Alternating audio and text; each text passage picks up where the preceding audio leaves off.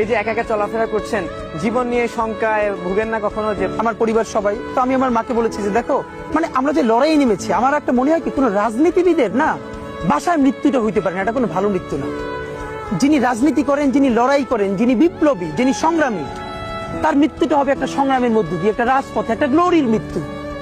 আমি তো ভীষণ ভাবে প্রত্যাশা করি, আমি ছোটবেলা থেকে এই স্বপ্নটা দেখি, অনেক জায়গায় বলেছি যে একটা তুমুল মিছিল হচ্ছে অন্যায়ের বিরুদ্ধে, সেই মিছিলের সামনে আমি আছি, কোনো একটা বুলেট এসে আমার বুকটা হয়তো বিদ্ধ করে দিয়েছে, এবং সেই মিছিলে আমি হাসতে হাসতে আমি শহীদ হয়ে গেছি।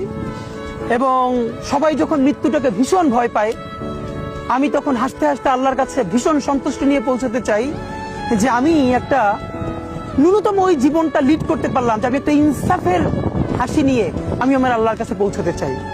সুতরাং আগামী 50 বছর বাঁচলাম, কোনো ইম্প্যাক্ট তৈরি হলো না আমার দিয়ে, দেশের জন্য, রাষ্ট্রের জন্য, উম্মার জন্য, জাতির জন্য।